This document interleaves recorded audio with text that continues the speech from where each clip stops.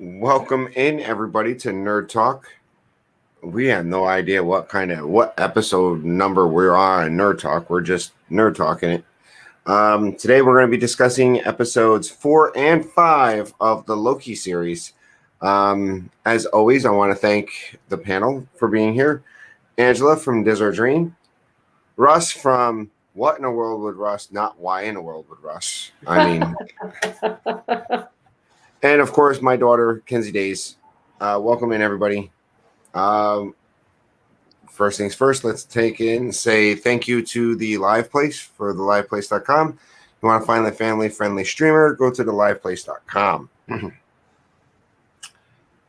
So, okay, guys, what do you guys think? I don't know if my notification went out yet, but I got the 30-minute notification. I haven't gotten the notification for the stream itself yet, though. Me either. I'll watch for it. So in the chat, we have Keith, big Disney fan, welcome in. Glenn, Narrow Valley with Glenn, welcome in. So, guys, what'd you think of episode 4 and 5? Do you think it was something that you had to watch back and back, or could you wait a week in between? Oh, I thought you could wait, but I mean... Yeah, I did end up waiting. Yeah. I watched episode 4 this morning, and then I just watched episode 5 because I just didn't watch it during the weeks. Yeah. All right, your notification just went out. Oh, wow. Okay, Kenzie, so I have to ask you a question. So you're not like super excited, like waiting for it to come out. Like you have to watch it on Wednesday. Well, the way that I am, I get really weird about shows and movies. Okay. I will very much love a movie. I will adore a movie, but there will just come certain points where I will be like, I really don't want to watch this. And that's how I get with Loki. Okay. I get so excited about it. I end up avoiding it for some reason. I don't know why. Okay. But I love the show.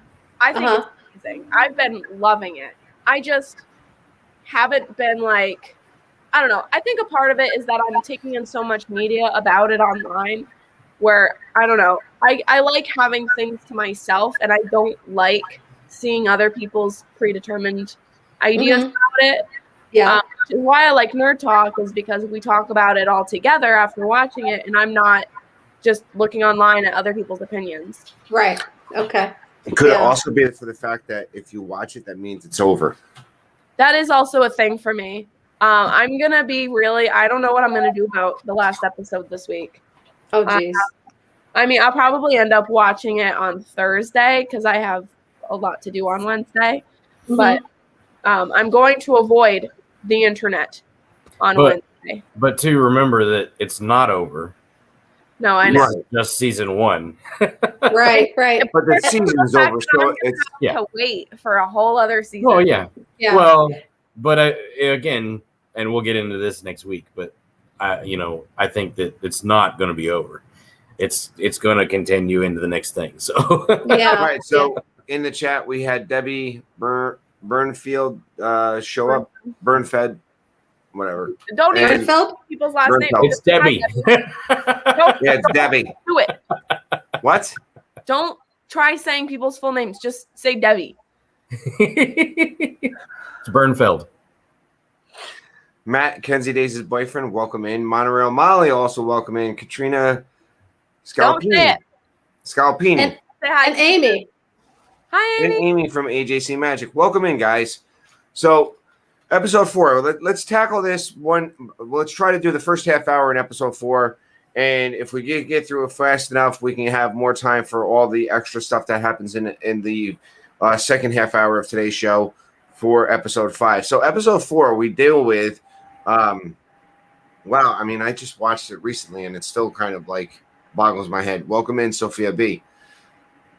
So what did you think of episode 4 altogether? Guys, let's start with Angela. I liked it. I find it's a little harder again for me to follow, but this episode, I liked it. So I was able to pull out a lot of what I needed to pull out. I had Abby explaining it to me. Jeff, as you all can see, is not here. He still does not like it, even after episode 5. Like yesterday, Abby and I were like, you have to see it. And he's falling asleep. I'm like, wake up. We're like waking him up. He's like, I'm like, okay. So anyway, I liked it.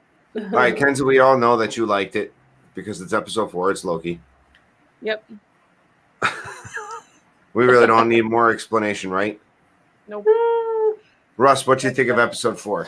I enjoyed it. I got to watch it with Mark and Irene while they were here.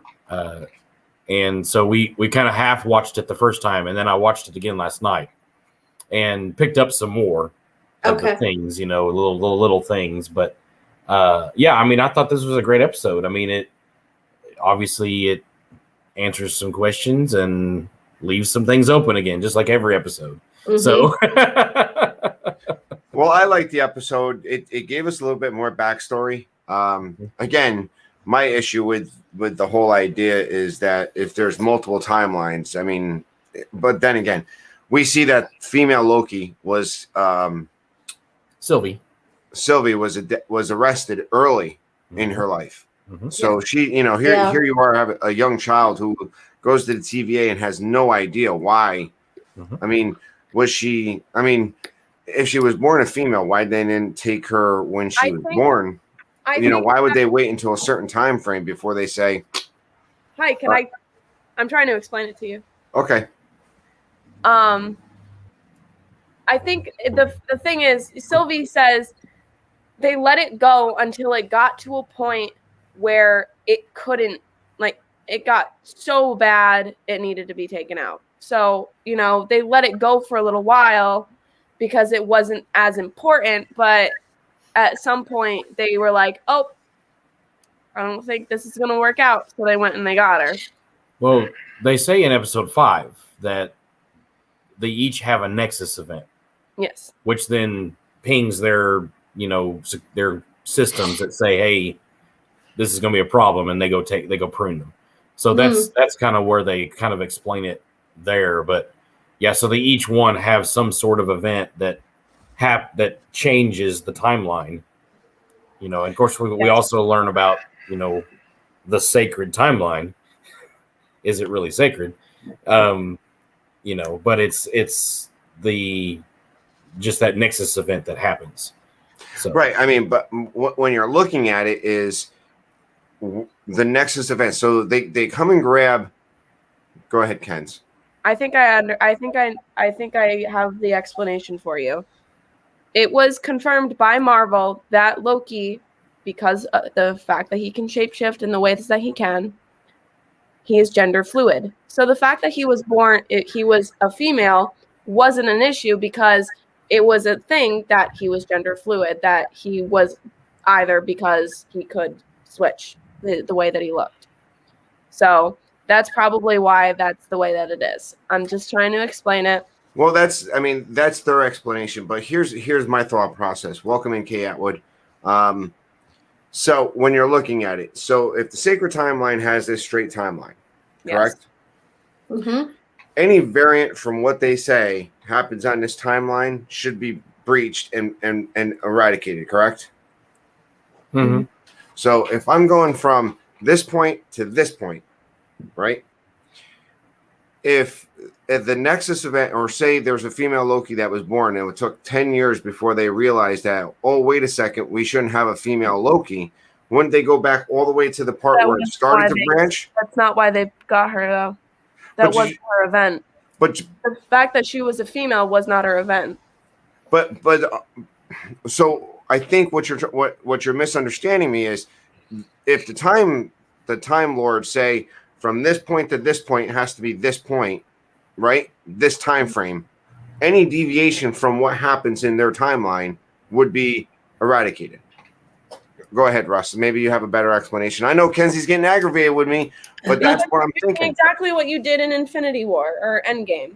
But no, I'm not trying to be a jerk. I'm just saying if they're saying one thing. Russ is trying to talk. All right, go ahead, Russ. So my understanding of it is that it's not that she was on the same timeline. She's in her own multiverse, right?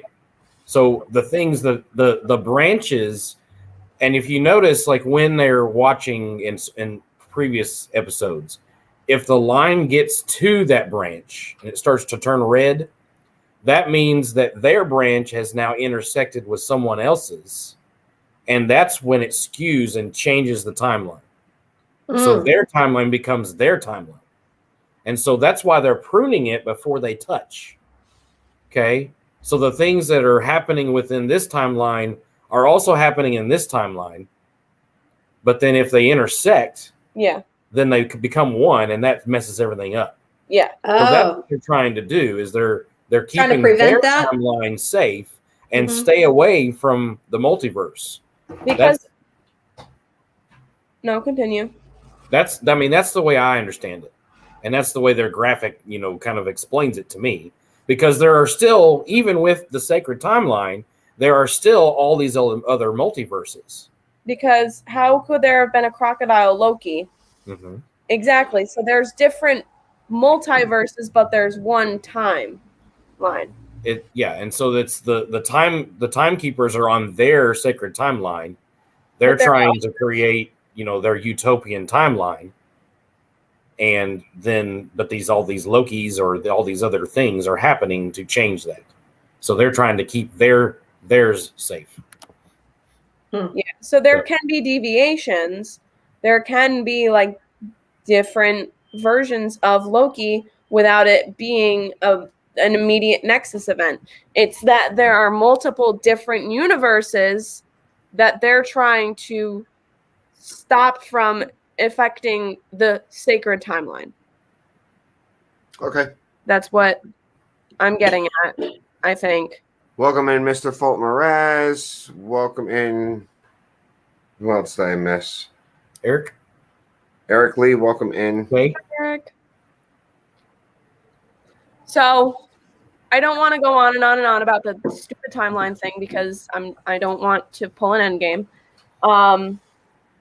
Let's talk about Loki himself and Sylvie on the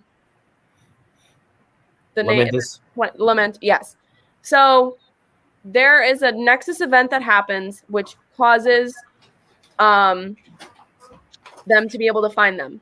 And they can't figure out what exactly is causing this Nexus event. It's just that they know something's happening that's causing a Nexus event that they can find them on Lamentus. And I saw something online that gave a good explanation as to why that was. I don't know if you guys have any ideas about what that Nexus event might have been, because it's all weird. There's no reason for there to be a Nexus event there. Well, it's the fact that they show feelings for each other. It's so like creepy and cringy. I was wondering if they're going to end up being brother and sister, but I don't think so. So Marvel has stated that Sylvie does not interpret anything between them as romantic.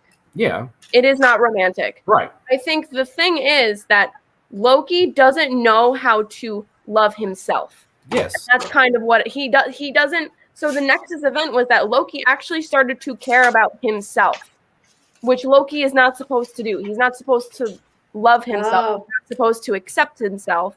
And he loves and accepts Sylvie, which is the Nexus event, because he's not supposed to do that. Oh. So that's the way that I've been looking at it. I've been like, I don't really care about the whole, like, the fact that Loki loves her, because they are the same person. Mm-hmm. It's him caring about himself and someone else. Clearly, they're not going to become in a romantic relationship. Obviously, that I feel like Marvel would not go in that direction. No. I would hope not. I feel that it's more of like Loki actually cares about somebody and he cares about himself, and that's not supposed to happen. Right. And I mean, we do get a little bit more development in episode 5. Yes. Yeah. For that, but I mean, to me, I mean, even Mobius, they make it into a joke about the fact that, you fell for yourself, that kind of a thing. It's like, right. And it's blowing my mind. Like, no wonder we could find you, that's the thing. It's that weird, and so that's where I feel they're playing it like that to where, and they're playing it open to where we don't quite know what's going to happen between them, whether or not they are going to accept each other or whether they're going to, in the end betray each other. We just don't know yet. So. Yeah, that's what Abby was saying at the end of episode 5. She's like, wow, talk about character development. Yeah. When Loki gave him a hug instead of shaking his hand, So anyway. I love him and Mobius. Yeah. Yeah, me too. And I think, because Marvel said that Loki was going to have 2 love interests in the show, which personally I think that is Mobius and Sylvie. Yeah. Not for like romantic ways that he's going to date either of them, but right. He loves somebody. He cares about somebody. Yeah. So that's what I've interpreted it as. Yeah. I agree. Although I know that the Mobius and Loki ship is very popular online. Yeah. The what? A lot of people think Mobius and Loki would be good in a relationship type thing. I've always looked at their friendship as like they could be like close bros. Yeah. But you never know. I don't know where Marvel's going to go. Jet ski buddies. I want to see Loki, Sylvie, and Mobius all on a jet ski at the end of this. I want to see all of them on jet skis. That's the only acceptable ending for the show is the jet skis. I agree. I will be so disappointed if we don't get jet skis. Like, how could they bring that up and then not show us them on jet skis? Yeah. So what else you get in the first episode is you find that what's her name, the head timekeeper there, Ravonna. Ravonna is the one who captured the young Sylvie as a variant, and it was her that Sylvie got away from by stealing her time pad. So she basically grew up going through all these old extinction events. Once she found out where to hide, she grew up in extinction events. She was seeing the ruins of thousands and thousands of events that nobody survived. So I mean, just imagine how that skews a girl. And the fact that, obviously what's her name there, Ravonna? Yep, Ravonna. Ravonna is she takes it personally to get that variant back. How she rose to the power where she is when she was the variant crew person to capture her, and how did she get up to her position knowing that she made the biggest screw up of all the Lokis? Yeah. I don't like Ravonna. No, I don't either. People do. I think we're going to learn about this in the next episode. I hope, because I want to like her. I know. I want to so bad. Like, I wanted to love Sylvie, and now I love Sylvie. It's the same thing with Ravonna. I want to like her. It's just, I cannot stand her face right now. She's a double crosser. Like, anytime she talks, I'm like, oh my God, shut up. Who knows? She might be a Loki. Oh, geez. Hunter B15, people are saying that she might be a Loki variant. I don't think it's true, but I think it would be interesting if that were to happen. Let me welcome in Mike Wheeler. No, Ravonna's definitely not a Loki. No, but what I'm saying, I mean, she acts like a Loki. She definitely knows how to play the game. That's true, yeah. Hi, Garrett. Welcome in, Garrett. And obviously my theory of having 3 Lokis being the Time Lords or the Timekeepers might be off. You never know. This whole thing where they're going to find who the real Timekeeper is, like, it could be like an all-powerful Loki or something like that. You never know. It could be. Some people think it's Kang, but I don't know. I don't think they would introduce him in the season finale of a show. Right. I don't feel like they would do that. You never know. All right, who's Kang, or do I not even dare Hey, Mike ask Wheeler. that? Don't worry about it right now, Ange, because if they don't go with him, it's not. because that's a whole other can of worms. Okay. So also in this episode, we see the time prison that they put the time cell that they put Loki in, where he continuously gets punched and kicked by Lady Sif. I love it. Which is nice that we actually seen Lady Sif, because we haven't seen Lady Sif since Thor the original. Was it Thor: The Dark World? Yeah, The Dark World. We haven't seen symptoms of Thor: The Dark World. The last time we have is now in the defunct Marvel's Agents of S.H.I.E.L.D. Agents of S.H.I.E.L.D., which is now no longer part of the timeline. They are saying that it's no longer part of the canon. So that was the last time we've seen her on scene. So it's nice that they actually still have a contract with her. Or she's willing to reprise her role. So she may be one of the Warriors 3 that ended up coming out of Ragnarok. I would love to have more Sif because I totally forgot she existed for a really long time because it was a really long time between when I watched Thor. And then when I rewatched Thor, I was like, I actually really like her. And I want to see more of her. So I am hoping maybe they'll do something like maybe I'm hoping she's in Love and Thunder. Oh, yeah. So because I think that dynamic between her and Natalie Portman's character will be huge in that movie.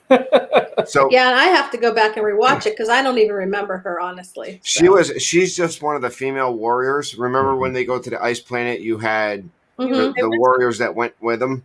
She was the female warrior. Oh, okay. They want to go and she was also in the Dark World, but she never made an appearance in Ragnarok. So when Hela showed up on Asgard, she threw those spikes and she killed the Warriors 3. So the only one that wasn't there was Lady Seth. Oh, okay. Okay. So also in this episode, I mean, when we're going through the episode, what did you think? So we have Loki trying to tell Mobius. And he's Mobius that he's a variant, and it's interesting to see when he finally clicks because Loki plants the seed, and it takes Mobius to go to Ravonna. Ravonna. You need cue cards. You have potato. Tracy, I'm impressed you know the name at all because I don't even know her name. I just know her face. Right. But she's gonna write me notes. I'm gonna have to have cliff notes in the future. Like it's actually very frustrating when you just never say someone's name correctly. He says my name correctly. He never says any fake person's name. No, he doesn't even say chat people's names right. It stresses me out. That's why we love Tracy. He is the real deal. Okay. Yeah, get that right, Kenzie.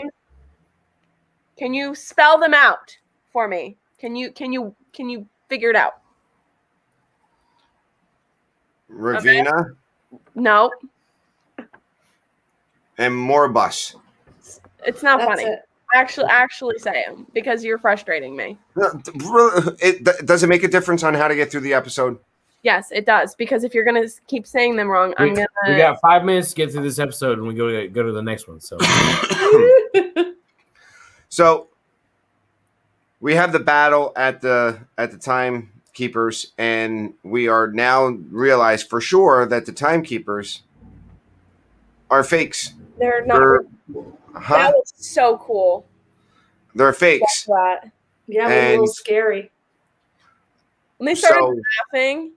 The animatronics just started laughing. I was like, oh, I hate that. Yeah. It was creepy. Well, I immediately thought of, okay, these can go into a Disney ride now. Yeah. It's like the animatronics are alive, and we're killing them. This. Also, can we talk about the fact that one of the timekeepers, the green one, looked like the Grinch? Yeah. That was funny to me. I was like, why are you here? So we have the battle, and then you have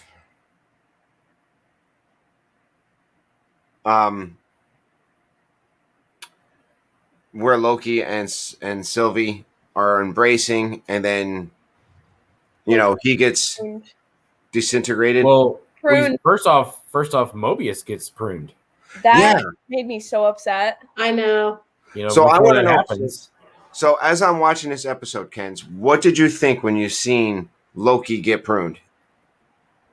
I thought it looked really familiar because it literally looked like frame for frame, exactly like Vision disintegrating at the end of WandaVision. Like just the way he was standing and the way that he disintegrated, it looked exactly like Vision. And I thought it was a really, really interesting thing to see. And sadly, since I watched it this morning, I already knew that Loki was still alive because I knew about the whole Void thing. But I do. In the moment that you've seen him disintegrate. I already knew that he was going to still be alive. But yeah. So we watched, like I said, I watched it with Mark and Irene, and we're sitting there, and it happened, and I turned to them both. I was like, Kenzie's going to be pissed. You know, and then I thought he's coming back because he's too important. What is this, number 5 where Loki's died? Right, exactly. This is the 5th time he's died, technically. Well, then, of course, we go through the credits, and he's right there, so. Yeah. So what did... They didn't keep us hanging, so. Yeah. So what did you think when at the end of this episode, we get the end credit scene, and you see Loki wake up with a bunch of different Lokis? I was so excited because I already knew that classic Loki was going to be fun. Yeah. I knew he was going to be cool. And he was basically our Loki up until Thanos. He's like literally our Loki until Thanos, and he like goes to stab Thanos. Up until that point, that is our Loki. Mm-hmm. That is our Ragnarok Loki. And I was very excited. That went through all the development. Yeah. And that made me, because I feel like what I really enjoyed about that when he was, I know I'm jumping a little bit, but when he told Loki, I missed my brother, I feel like that was a really pivotal thing for Loki to realize I need to like actually have a relationship with my brother. You know what I mean? Like I thought that was very interesting. Yeah. To see that. So now we're in episode 5. Well, what did everybody else think when they saw the Lokis? Go ahead. And what did you think when you seen he disintegrated and got pruned? Yeah. Well, I knew he was gonna. I knew it wasn't the end, obviously, because there was more to the series and all that stuff. But I figured that he was going to go somewhere, so that's what I thought would happen. And what did you think when you saw the other Lokis? I was like, "Oh my gosh, really?" It was cracked up. I mean, when I seen him wake up, I didn't actually think of where we find out in episode 5 that they go to. I just think they go to. I thought they went to some alternate dimension or a holding cell where like we have the trash compactor monster from Star Wars. I think they just go into an area where they get to, almost, and the same thing with Pirates of the Caribbean. Captain Jack goes into this dimension where nothing is real. It's just a holdover dimension.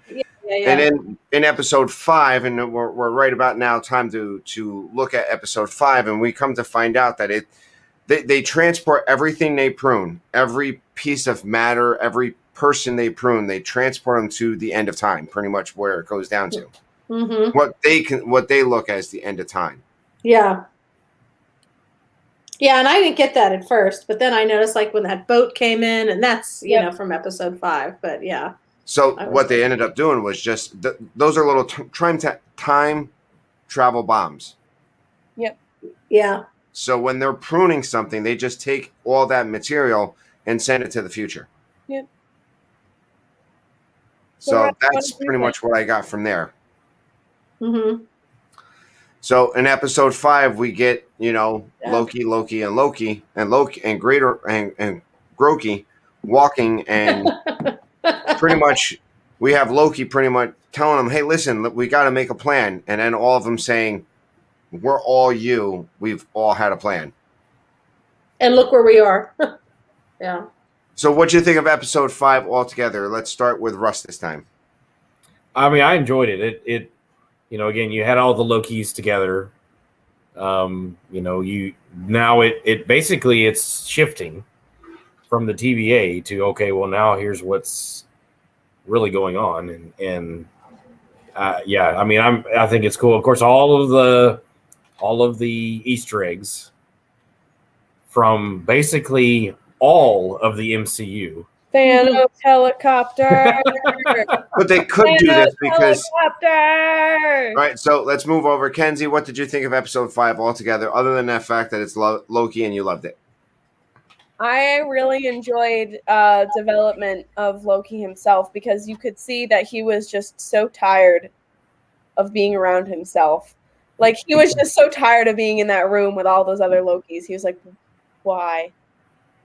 And I really loved the development between him and Sylvie and between him and Mobius. You know, Mobius, he's ready to burn the TVA down. He is like ready for it. I'm surprised he didn't ask Sylvie to show him his I'm surprised he didn't ask her to do that because I thought he would have. I thought that would have made sense for him to do that, but maybe she'll do that in the next episode. Who knows? I highly doubt this is the end of Mobius. I'm really hoping we see him again in the next episode. Oh, yeah. Maybe it's Mobius in charge of all of the time stuff. Who knows? Maybe it's a variant of Mobius. But I think it was a really good episode. I'm very excited for Wednesday. I actually think I don't have a thing until later that day, so I could probably watch it in the morning. Like first thing.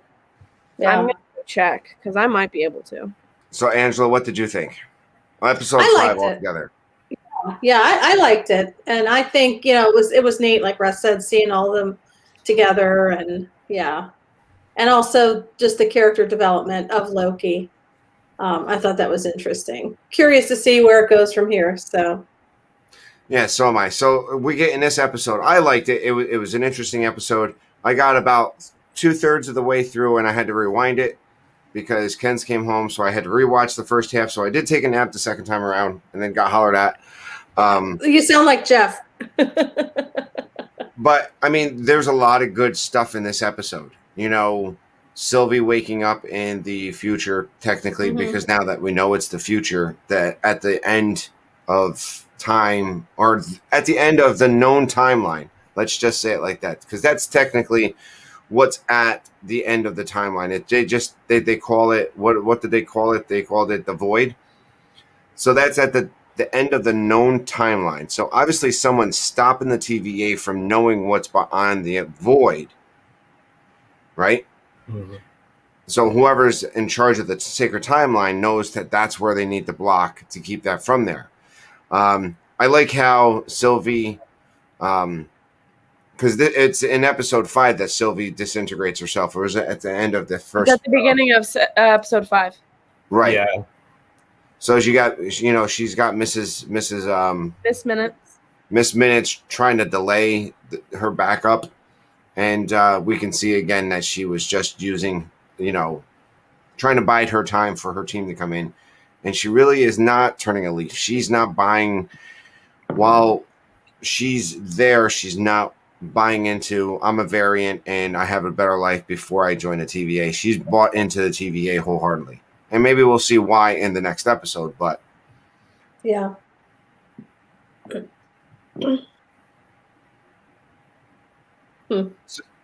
So she prunes herself. Well, let's talk about the Loki fight.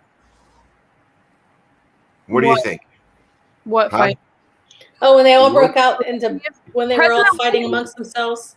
President Loki, that was hyped up for so long in the trailers, and he got 2 minutes of screen time and got his hand bit off by Croaky. I thought it was really fun, though. I have the comic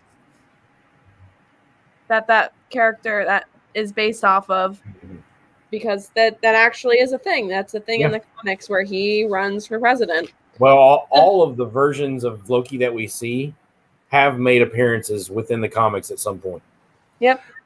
But that could be a whole episode of just explaining that. So that's okay.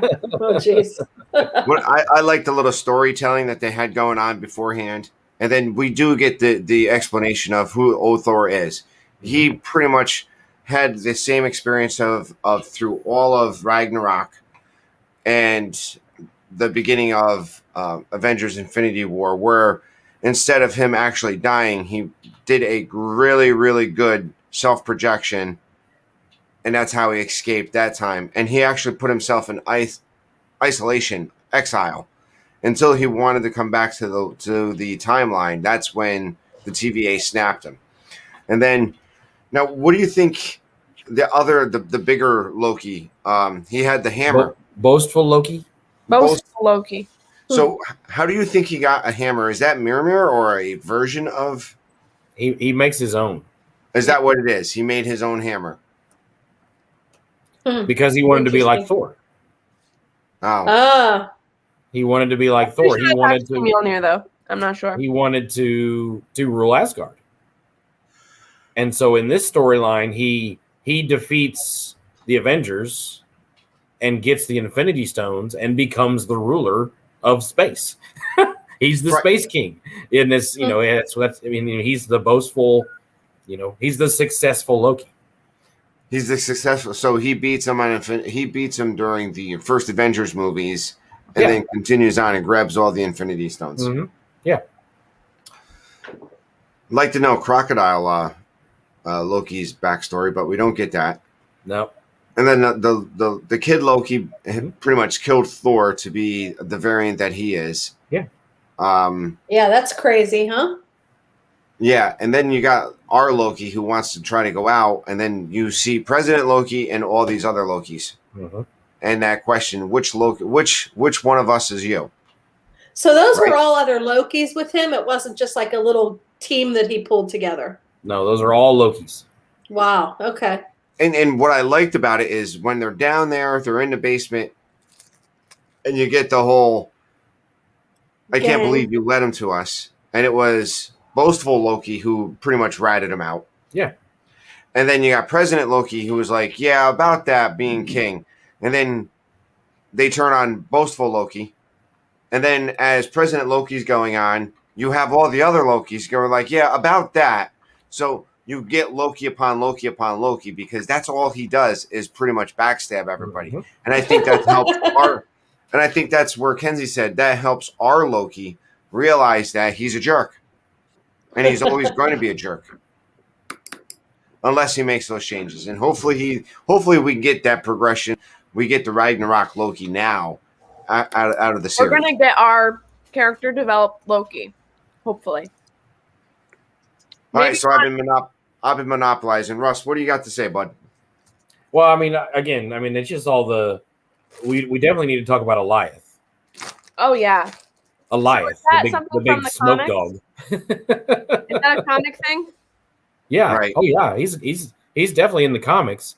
In the comics, he's an entity that basically is at the end of time, or that he devours things that don't belong in time. And so that's what the whole concept is there in this episode. A lot of the reason why people are saying that Kang is coming is because Kang kind of controls and manipulates Alioth a lot in the comics. So that's kind of where a lot of people are saying that's why. That's who's coming, but we still don't know. I think it's it's got to be somebody who has power over him, who's been able to place him there and control him, So welcome in, Jesse Gottlieb. It's going to be interesting. But yeah, I love I got Lost vibes with the smoke monster. I said that to Billy. I'm like, that's the smoke monster from the island. Yeah. Kenzie looked at me like, what was I talking about? Yeah, I never watched that show. Yeah. Lost. Hey, Jesse, welcome in. But yeah, I think, they show his power, when the Eldridge drops in, the USS Eldridge, and he basically just vaporizes all the people and takes everything that he wants off of the ship and goes. But then again, he doesn't destroy the whole ship. He doesn't take all the matter. He just takes pretty much the living, the living matter from that. That's what I'm saying. How did that end up there? How did it end up there? It got pruned. Okay. Somebody pruned it. It got as part of the TVA. Okay. And that's where they they just go in and willy-nilly just throw a bomb in there and they right. So maybe somebody on that ship. I thought there had to be a reason. Okay. maybe somebody on that ship was a variant. And when they said we have to erase the timeline, they placed that bomb, that eraser, what do they call it? The pruning bomb. Yeah. Well, that pruning bomb takes everything in that area and throws it in this timeline at this end of time where this monster pretty much devours it. Okay. Did Jeff catch the little Easter egg at the very beginning on the screen? What was it? It's really quick. So when the very first shot of this episode on the little ticker, it shows Oak Island as a thing that's something that has to be pruned. No way, really? I know he likes that show. He does. We'll have to watch for that. I'll have to play that again. So that was in the beginning? Because the episode's called Journey into Mystery. So that's a mystery. So, and I don't know history on the USS Eldridge. That could be something too. All right, Kens.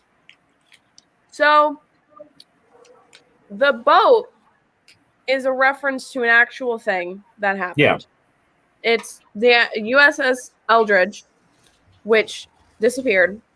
And the idea behind the boat showing up is that it didn't disappear. This is where it went. Yeah. Interesting. So it's a mystery. Yeah. So just like the D.B. Cooper thing. Welcome in, Mark. Just like Oak Island. Hi, Mark. So it's called the Philadelphia Experiment.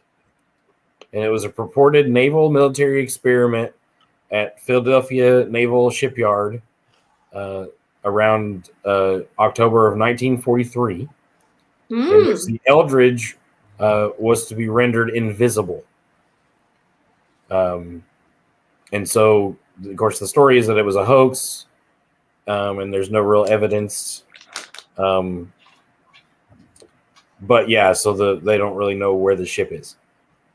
That's the whole thing. That's interesting. So, hey, Mark. Huh. So what else, Angela? All the Lokis? Did you catch all of them? No. So they all had some kind of meaning. Is that what you're saying? Yes. Okay. Well, I missed all these Easter eggs that you're talking about. I missed. Not necessarily meaning, but they all have been within the comics the at Marvel some universe. point, or they've, he's changed himself to look like that at some point, or it's that kind of a thing. They've drawn from the comics to get those characters. So what I found interesting, and the only real one that I pulled out, the only one Easter egg that I pulled out that I seen on my own was when they were going through the hatch into the bowling alley. Yeah. Is when they're panning down, you see Thor's hammer. Yeah. And you see a little frog jumping after the hammer. That was Frog Thor. Yeah. So that was the one I picked out. And obviously, when you have a planet full of wreckage or this area full of wreckage, they can dump a bunch of thumbnails or Easter eggs into this garbage. Mm-hmm. Who's Frog Thor? It was just Frog Thor. Just another character. He might go with like Croaky. I don't know. Okay. Okay. It's just different variations of them. Okay. So, I mean, there are several like big ones that stood out to me. Like, you see Avengers Tower, like destroyed in the background. Yep. Mm-hmm. There's one. You see, Ronan's ship from Guardians of the Galaxy. Mm-hmm. You see a helicarrier from Captain America. So a lot of those bigger things that we know, and that's the one other thing is that, okay, they're saying that, okay, now Agents of S.H.I.E.L.D. is no longer canon. You could basically take all of the MCU that we know now, and this is what I said from the very beginning, take all that we know now and throw it out the window, because now that time travel is involved, it's all changed. Right.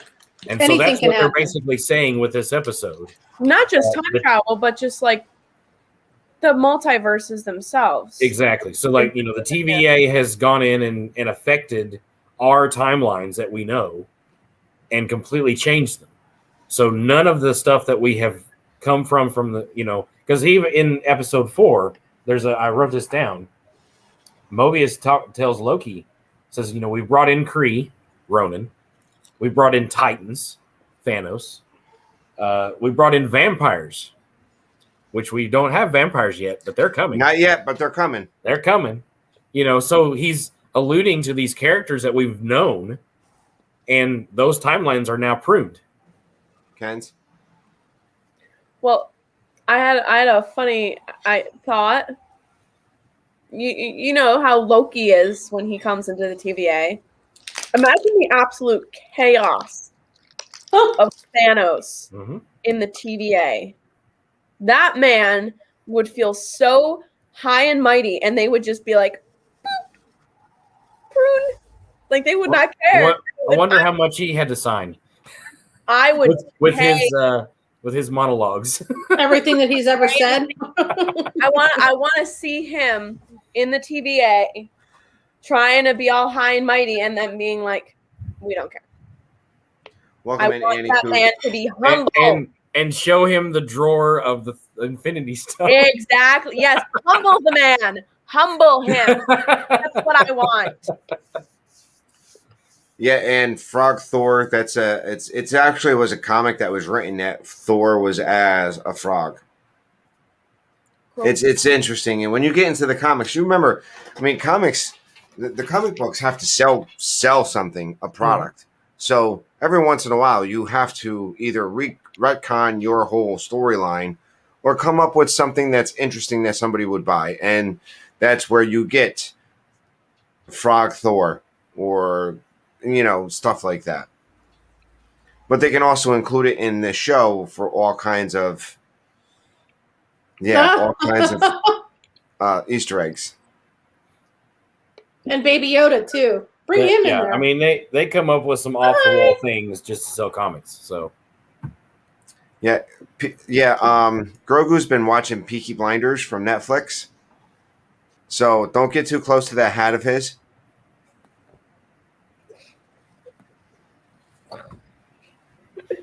If anybody actually knows what Peaky Blinders are. No. It's an English gang with razor blades in their peaky hats. So they would have these peaky hats and they would put razors in them. Oh, jeez. He's throwing it at Mom. Okay. So where are we about? So now the end scene is probably what we should talk about the most. Yeah, we should. Is the whole enchantment where they work together. Asgard. Yes. That's so cool. Yes. That made me cry. I was so upset. But what I found interesting is at this point in time, there he is, Ken's. He's back here in Florida. Yay. I left him down here all this time. Oh, no. And now he's back. He's been running around eating all the crickets and spiders. Yes, he has. So, yes, when old Thor does the astral projection. Old Loki. Old Loki. The show is called Loki. Huh? The show is called Loki. Yeah, I understand now. But he does, and he does brings the Asgard back to full glory. And then, you have that conversation where Loki goes, or was it Sylvie or Loki that says, how is he doing that? And then she goes, well, we must. No, it was. He says. Go. What? Say it. All right, so she says, how is he doing that? And he says, we must be more powerful than we thought. Or is it the other way around? I'm not sure. I think it's she's the one that realizes that, hey, we have more power than we think. We're stronger than we realize. Yeah. Mm-hmm.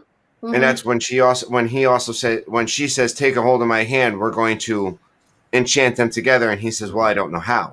Well, you do, because we're the same person. Right. And that might be a clue. Maybe my theory might come true in the end. Maybe the timekeepers are Lokis. I mean, if he can enchant somebody to erase everybody's mind, wouldn't that make sense? But and then the other thing, I'm going back to the Asgard thing. I actually teared up when that happened because I actually already knew about it because I'd seen it online. People were talking about it and about the fact that You need to quit that. I know, I need to. But there's the part where, okay, so this thunderstorm is here, this lightning storm because of the smoke monster. And that kind of lightning is like very purplish. Yeah. But in Asgard, the lightning is more blue. And a lot of people have pointed out that this is like classic Loki's, paying homage to Thor in his final showing of Asgard. And I thought that was really cool because, I did think it was amazing that, this guy, he went his whole life, this Loki went his whole life just missing Asgard and missing his brother. And in his final moments, he fulfilled his glorious purpose by helping them and by summoning all of Asgard. And I just thought that was really amazing. And I cried when it happened. Yeah. And I, of course, knew it was Asgard because they said it, but I really didn't understand the reason why he was doing it. I thought he was just doing it to cause the distraction. Yeah. That's what it was. But that's what it was because go ahead, Kenz. No, yeah, go. Because the smoke monster, what's his name? Goliath. Aliyah was going for it, but wasn't actually getting any material. Because it didn't really exist. Right. Kenz, go ahead. No, it's the fact that Russ told you what it was called, and then you still said it wrong. Aliyah? It's Goliath. Elias? Like, I'm going to punch you. Like Goliath without the G. Get the broom. Goliath. Get the broom. Whatever. I'm not scared of her. Oh, look at him. Say things correctly. Hi. Elias? Yes. Oh, see? Hi. Mwah. Mwah. Frodo, down my seat. Oh. What's he wearing? He's wearing a t-shirt and his summer shorts. Oh, okay. I thought it was a bathrobe for a minute there. No. All bougie with his Mark, bathrobe. what are you talking about? Which building in the void? Because the whole thing with Asgard was it was a giant projection, so it wasn't real. Yeah. And so Goliath was going after it, thinking it was something that he needed to devour, but it wasn't really there. And then he finally finds, classic Loki. So I thought, the ending was pretty cool. Mm-hmm. Seeing the power, and then when she tells our Loki to open your eyes, and it seems like all of it's parted, so they're walking towards what's behind the time keeper. So what's your theory, Russ? Well, I don't have a theory. It's time travel, so it's all open. If we're going to go the comics route, Kang kind of has there's a lot of things that point to Kang the Conqueror. But again, I'm not going to go into that because if they don't use him, it's no point, But he is the one that a lot of people have said, I have no idea because he has ties with Ravonna, he has ties with Goliath, he's all these different things. Just don't know. It could be Doctor Strange. It could be someone else we don't know yet. Or it could be somebody we do know. You just don't have a clue. So I'm excited for it to see it, and yeah. So. I think I have to work that morning, so I'll come home and watch it that night probably. What's your theory? I don't have a theory. I will, because I haven't had theories about any of it because there's just no way to predict what's going on. Honestly, it's just very hard to predict what's happening. So I will be excited no matter who it is. I will be a little disappointed if it's like nobody we know, if it's like a totally new character. Like if it's Kang, like I understand, like that's exciting because that's a character we're about to get. But if it's a character that is, we don't know them, we don't know their story, like that'll be a little disappointing for me if that's what it is. So I'm hoping it's someone we know. I like the whole it's a Loki theory. I think that's actually really fun. And that would be just like very like just shell shocking for them. But yeah. All right, So- Angela. Sorry, I don't have a theory either. Hang on. I wanted to address something that Mark was saying. Because Mark was asking about the castle at the end, the scene that we see at the end. There's a building that we see on a mountain. Right. And so that's where he's thinking of that building at the end. So we don't know who that belongs to. I also got a vibe of Doctor Doom seeing that. Could you see the TARDIS? The clouds open and we see the TARDIS. Who knows? But again, so that to answer your question, Mark, we don't know. I can't wait for this Wednesday to see what's going on. Like I said, I'm still hoping that we get like maybe the Loki that didn't come off the planet that he was exiled made it to the end of time and decided that he was going to have fun with all of time. Who knows? Sorry, Ange, I didn't mean to interrupt you. So no, that's all right. So we're at the end of the hour. Oh, Ange is the one who's apologizing to Dad. Oh. Yeah, let Ange talk. Sorry, Ange. No, I'm good. Thank you. I'm good. I have no theory. So. All right. So we're coming to the end of the hour. We're going to kind of say what we got coming up. So we'll start with Ken's this time. Ken's, what do you got coming up? Tomorrow, 4:30 stream. I have a fun announcement to make, and and I'm hosting Nerd Talk next week. Okay. So, Russ, what do you got coming up, bud? So I'm just starting work, so my schedules are going to be weird. I don't know if I might try and do a pop-up stream sometime either Thursday or Saturday because I'm off. It just depends on what I'm going to do. And so it just kind of keep an eye out. I mean, I may or may not do stuff for a little while just because I'm busy and right trying to figure things out and still training and things like that. So just keep an eye out. I'll be around. So yeah. All right, Angela, what you got coming up? What do you guys got coming up? I see you dropped a couple of recent videos. Yes. Yep. So we're just putting out some videos, and then Thursday is the opening day of Food and Wine. So I'm excited. I'm sure, yeah. So we'll be there. I don't know if we're gonna. I think we'll probably live stream. I'm not sure when because we have appointments for the kids for school. So Jeff happened to make them on the same day. So we probably won't be there for opening, or maybe I'll be there and he won't. So just keep an eye out for that stuff. And if you guys want to go on at 4, just let me know. I can skip another week because there's no chance that I might get out of work. Who knows? Right. Yeah, we'll talk to you before then. But again, just nothing major. So as far as my schedule goes, obviously Ken's has her talk tomorrow. I don't think I'm making book club tomorrow. I have something else going on. And Wednesday or Thursday, my not wasting time may or may not happen. You're going to have to really wait until that day. So if I know I'm off, and if I'm off, we'll probably finish building. I really want to do the Time War. I'm going to probably push that off another week so people can actually watch it if they haven't already on Amazon Prime. And we'll try to talk about that in about 2 weeks.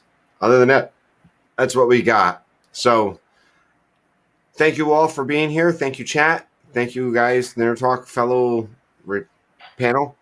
Thank you for giving us your Sunday, and I'm hoping you all have a good week. thanks, everyone. Bye, guys. Bye. All right, I got to get to the button here.